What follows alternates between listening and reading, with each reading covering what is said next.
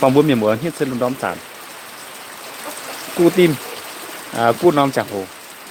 lùng chỉ to tùy biểu ăn hoài lùng cứ phòng hiện hoài in hoài anh tùy biểu cái ôi nhiều quá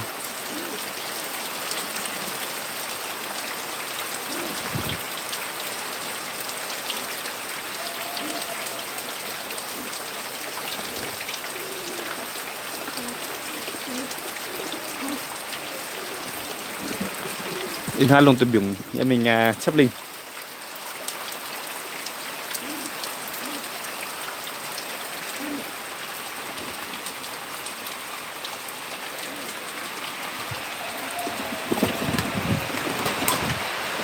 tôi lao thì mà livestream cũng vừa khai là miền vừa mảng á em hay livestream tại cũng vừa mảng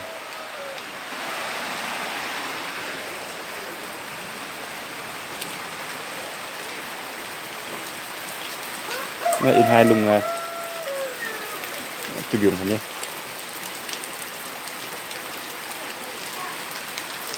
có quản tiệc trưa là nhảm tọa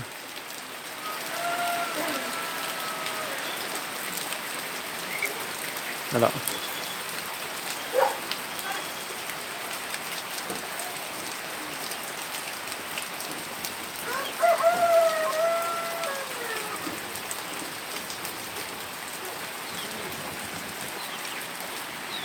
ôi ôi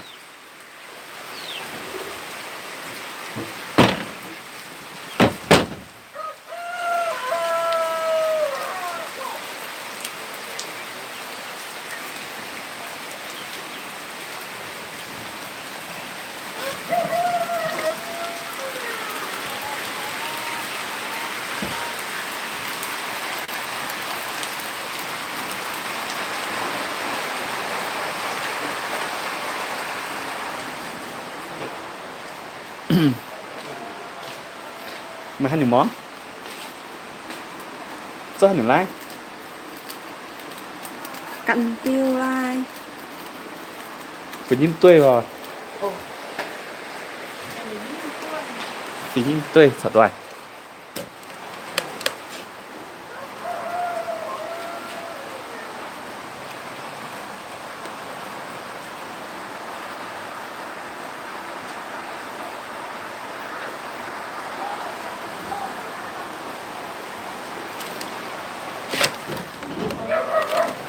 cho phải nhìn tươi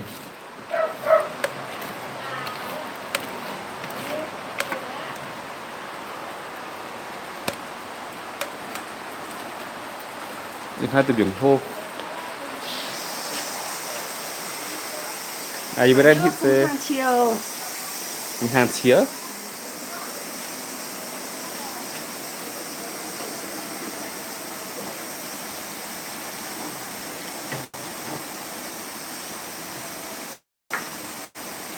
thế sẽ đoài giờ in đoài anh hít sẽ luôn đom chản cu nom chẳng hồ vừa chỉ xin để cho lên hàng nhàn để xin mình chấp linh để sẽ vừa phải nhim tôi thong em tế sẽ ấp tay để sẽ ấp tay cái phải cuốn nhỉ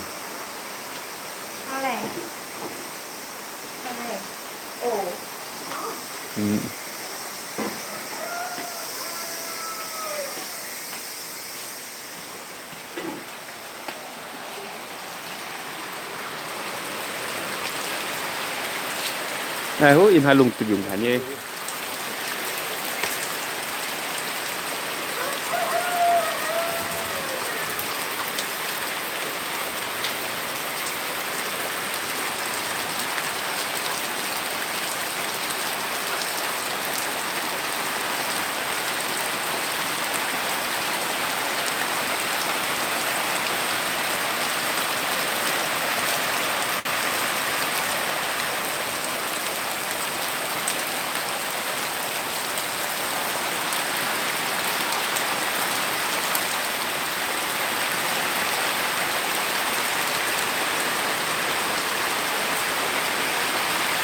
thế sẽ đâu nọ bẻ cấp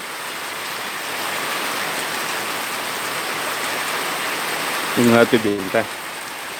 cái này vừa mảng này ồ như cái này in hai tuyệt vời khô hả ô những tăng như một toài tông ung ngắn nó cứ tóm cứ xếp dính linh ạ xếp quăng ạ xếp tay manh rẻ nha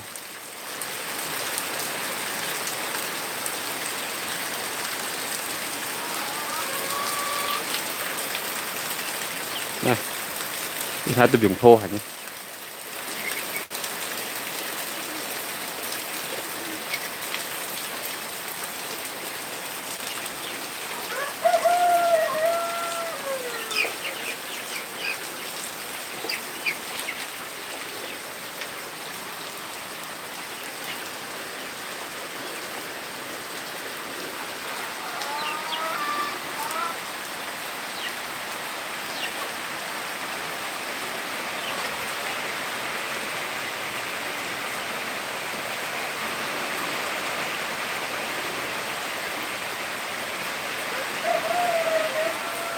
được chưa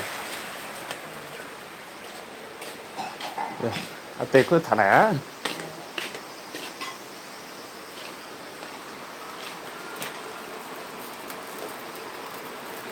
Ồ, chú tao có cùng con một cái con thích. nè hoa mẹ sống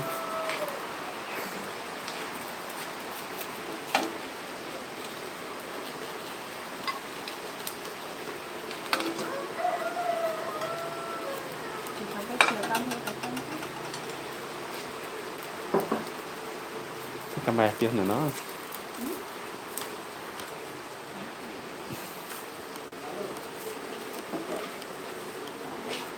Nhìn dòng chơi lai á. Chú bóng thích. cứ đoán là đó Nhiều hoa la. Không để khủng, không để chú ạ. thế sẽ đoài nhìn đoài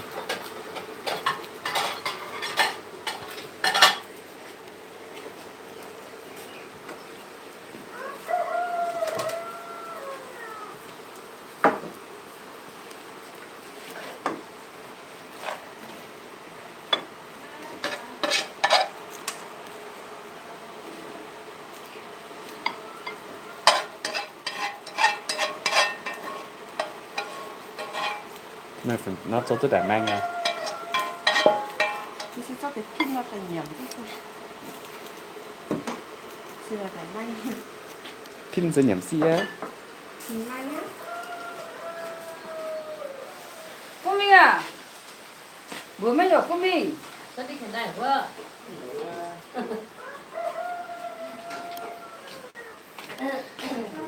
nhận hàng lô nhận hàng mình chấp linh lô Phương Minh à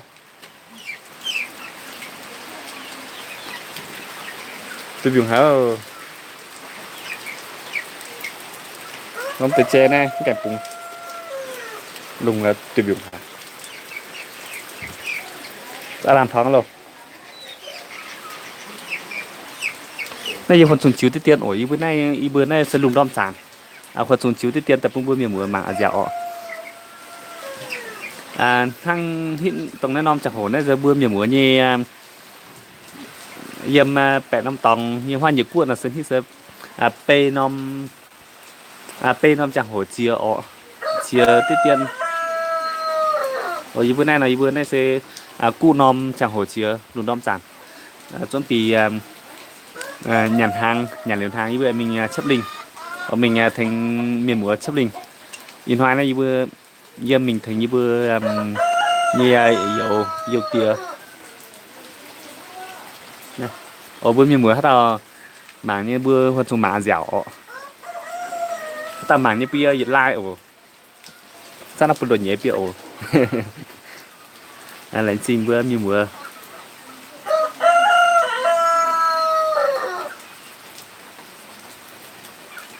tế này xí bên nhà đi bên nọ win nọ nó thế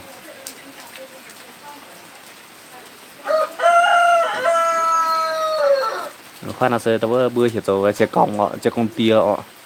lúc đó sản những cái này hiểu bữa hiểu bữa nhiều hiểu bữa chỉ xin quá tuần là năm lọ nên lùng đom giờ phần xuống chiếu tí tiền tút lào phải mất chiếu bữa miền mùa mảng ạ tút lào phải mà livestream bữa mảng thì đom này cho chơi giả hổ lùng đom giả chiếu tí tiền thì bữa nay lùng đom tùy biểu bây tôi bữa miền mùa bữa như tòng tùy biểu mất tùy bữa nay y đom tùy biểu thô hải ăn hoa lùng thong rồi hả như có in hoa này em tùy biểu nhạ ngay còn xuống chiếu tí tiền hả ồ lên trình bữa miền mùa tài mảng dân xuân phí mình nhàn hàng nếu mình chấp linh ạ lên trình bữa miền mùa ồ thì tình nhìn nom video hiện tại anh số chiều giàu chiều không mảng tại bữa miền mùa mảng lên trình bữa miền mùa tham nên chiều tắm phần mảng bữa miền mùa số cho đạo ồ lên trình bằng bữa miền mùa yếm mà tình nhìn nom video